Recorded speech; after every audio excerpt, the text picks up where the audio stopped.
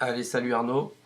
Une petite vidéo très courte pour te présenter donc le copilote. Juste pour te montrer le début des fonctionnalités. Donc la première consigne, c'est de l'utiliser pour l'instant sur un écran blanc ou gris clair de préférence, parce que sinon tu ne verras pas toutes les écritures.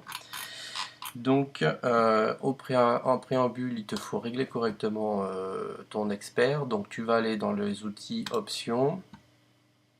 Dans les graphiques, tu vas non, c'est pas dans les graphiques, pardon, c'est dans les objets. Tu vas sélectionner ici, sélectionner l'objet par simple clic, tout simplement. Et au niveau des experts consultants, bien entendu, comme d'habitude, il faut cocher ici toutes ces cases. Et voilà, comme ceci, d'accord. Donc toutes les cases cochées dans l'onglet expert consultant, sauf demander confirmation manuelle et sauf confirmer appel aux fonctions DLL. Voilà, une fois que tu as fait ça, tu peux démarrer ton EA. Donc tu vas aller dans ton expert consultant. Le tien s'appelle copilote. Le mien s'appelle trading manuel. Voilà, tu le fais glisser et tu remarques que tu n'as pas de variable à paramétrer puisque tout va se passer différemment. Donc tu cliques sur OK. Et donc ton EA s'installe et se met en route. Alors l'idée de cette EA, c'est d'aider les traders manuels à optimiser leurs trades, à sécuriser leurs trades et à faciliter les trades aussi par le money management, par la prise d'ordre par simple clic ou par glisser-déposer, etc., etc. Donc tu as le petit EA qui s'est affiché ici. La première chose que tu dois savoir, c'est qu'en sélectionnant la première ligne qui est ici, tu vas la déplacer par exemple ici et automatiquement tout ton tableau de bord va se déplacer et ainsi tu peux mettre ta fenêtre là où ça t'arrange, là où il y a le moins d'encombrement possible. Voilà, donc si tu vois par exemple le A qui a un petit peu qui met un petit peu de temps à bien se repositionner, c'est parce que tu sais que comment dire,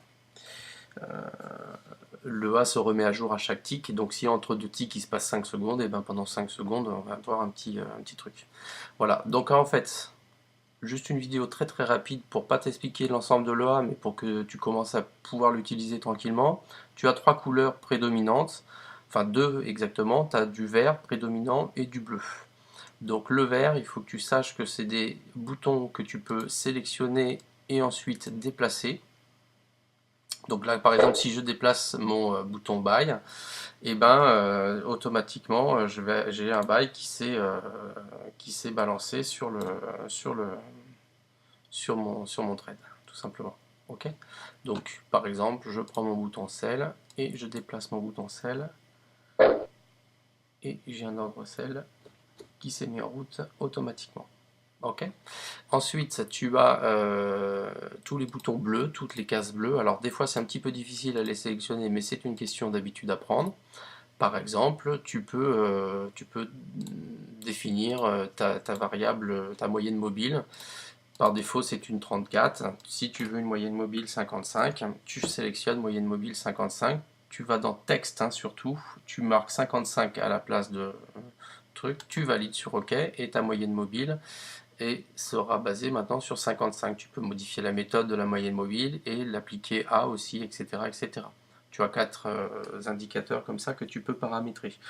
En fait, ça sert, tu sais, pour gérer les stop-loss suiveurs, notamment. Tu veux avoir un stop-loss suiveur sur une moyenne mobile, tu définis ta moyenne mobile, tu mets ton stop-loss sur 1. Pour ça, je t'expliquerai bien sûr plus tard.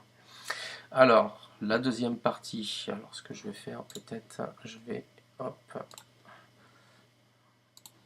pas une seconde, liste des indicateurs, crac, ça on peut le garder, ça on va virer, ça on va virer, ça on va virer, voilà.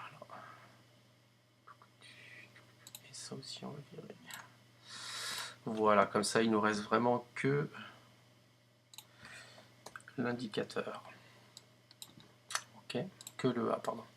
Donc la deuxième partie de l'EA, c'est ici au niveau des lignes. Alors en fait, tu as une ligne stop, une deuxième ligne stop. Donc là, c'est la ligne de stop pour les ventes, et là, c'est la ligne de stop pour les achats. Donc ces lignes, si par exemple j'enlève tous les ordres au départ, toutes ces lignes sont vertes, ça veut dire que ce sont des ordres, ce sont des stop loss en prévision du futur ordre que tu vas passer. Ils te servent aussi, quand le lot est à 0, à définir la taille de ton lot. Je m'explique. Donc je vais mettre mon stop loss. Donc toi, si tu veux, tu mets ton stop loss sur 0 au départ. Et que le mode stop loss SL0, c'est le stop loss manuel. C'est-à-dire que tu vas pouvoir déplacer ta ligne de stop loss, tes lignes de stop loss à volonté. Et puis elles resteront là où tu vas les positionner. Les autres modes sont appliqués à tous les indicateurs qui sont ici. Donc par exemple ici, je dis tiens, ça va partir à la hausse. Je vais placer mon stop loss par exemple juste en dessous du point le plus bas, voilà. Et en fonction de ça, tu vas voir que l'indicateur va m'indiquer, va me dire, pardon, l'indicateur va me dire à combien de pips, voilà. Donc là, je suis à 50 pips du bid, et le lot que je dois prendre par rapport à ça, c'est 0,11. Ce lot est déterminé par rapport à un money management, une ligne de money management que tu vas pouvoir définir, qui est ici, avec la taille des lots. Donc pour taille des lots automatique, c'est-à-dire c'est l'EA qui choisit la taille du lot, tu marques lot à 0 et tu vas déterminer ton money management de cette façon. Donc tu dis par jour, je veux bien risquer 3% de mon capital par exemple, et tu indiques à l'EA combien de trades par jour tu effectues. En fonction de ça, lui va déterminer que par trade, là en l'occurrence, je peux perdre 6 euros par trade. Quand j'aurai perdu, si jamais dans la journée je fais 10 trades et que mes 10 trades sont perdants, j'aurais perdu 6 fois 10, c'est-à-dire 60 euros. 60 euros, ce qui correspond grosso modo à 3% de mon capital qui est ici de 1998 euros au départ. Voilà, donc tu vois, c'est vraiment du money management qui calcule la taille du lot en fonction du stop que tu places finalement avant de lancer ton ordre. Tu vois, mon ordre là n'est pas encore lancé, que mon stop lui est déjà défini. Finalement, je vais inciter tous les traders à définir leur stop avant de placer leurs ordres. Voilà. Et en fonction du stop et du bid, bien sûr, ou de l'ask, le lot sera déterminé grâce au money management. Bien sûr, tu peux modifier. Tu veux risquer 10% de ton capital tous les jours, bah, tu marques 10 ici. Tu attends que un tick apparaisse et que le prenne en compte la requête. Voilà. Et tu dis, par exemple, moi je fais du day trading par exemple, et je prends que 3 ordres par jour. Donc en fonction de ça, le A détermine que 10% de capital, ça fait donc 10% de 2000 euros, ça fait,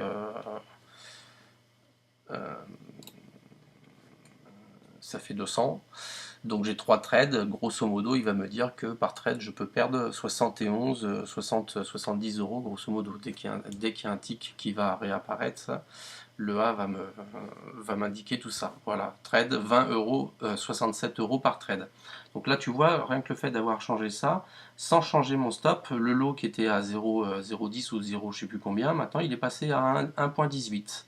Donc vraiment en fonction de ton capital, du pourcentage de ton risque et du nombre de trades que tu fais par jour, tu vas risquer différentes sommes et différents lots. Là, le lot va être fixé à 1,15 exactement.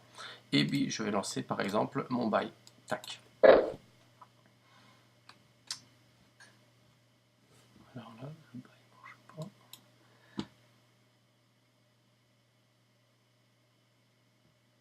Voilà. Donc là, j'ai des petits bugs encore de temps en temps. Tu vois, là, j'ai lancé un ordre d'achat. Il n'a pas été pris en compte. Bref, alors. Donc voilà, tu vois, hein, le lot directement. Alors bien sûr, le lot il a été arrondi à ce que ton broker t'autorise et donc voilà, là au lieu c'était un 16 ou un 17 et donc il a arrondi à un 20, il était obligé quoi en fait. Bon, en tout cas, tu vois que l'ordre a été placé avec le volume qui correspond. Bien entendu, il est déconseillé de bouger son stop maintenant puisque le stop, une fois que tu l'as donné une première fois, il faut le respecter. Tu peux le bouger, mais bon, l'idée c'est de respecter ton trading.